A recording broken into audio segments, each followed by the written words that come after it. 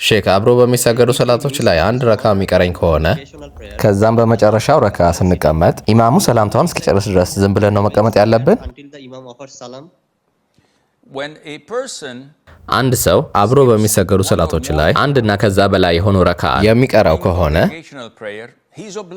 ሼኹ ሰላምታ አርግቶ ከጨረሰ በኋላ የቀረውን ረካ ተነስቶ መጨረስ ይገደዳል። ይህ ሁሉም የተስማማበት ነው።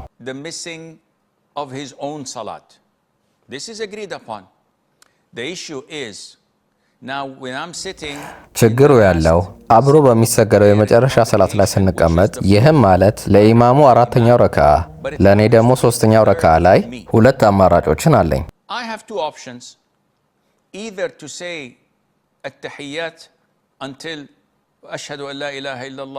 የመጀመሪያው አተህያቱን ከመጀመሪያው አተህያት ጀምሬ እስከ ሸሃደተይን እቀራለሁ። የቀረውን በዝምታ ኢማሙ እስኪያሰላምት ጠብቀዋለሁ።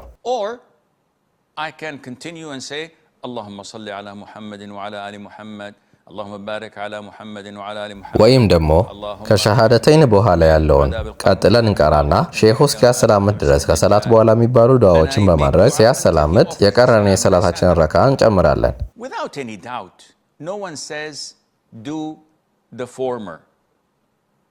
ያለምንም ጥርጥር ማንም የመጀመሪያውን አርግ አይልህም። ሻሃዳን ከጨረስክ በኋላ ቁጭ ብለህ ሼኹ እስኪያሰላምት ዝም ብለህ መጠበቅ ትርጉም አይሰጥም።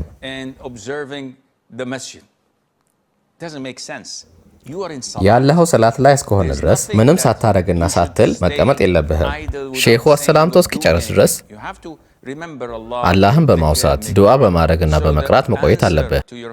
እናም ለጥያቄህ መልስ የሚሆነው ሁለተኛው ማለትም ሼኹ አሰላምቶ እስኪጨርስ ድረስ ሁሉንም በመቅራት አሰላምቶ ሲጨርስ ተነስተህ የቀረህን ረካ በመጨመር መጨረስ አለብህ።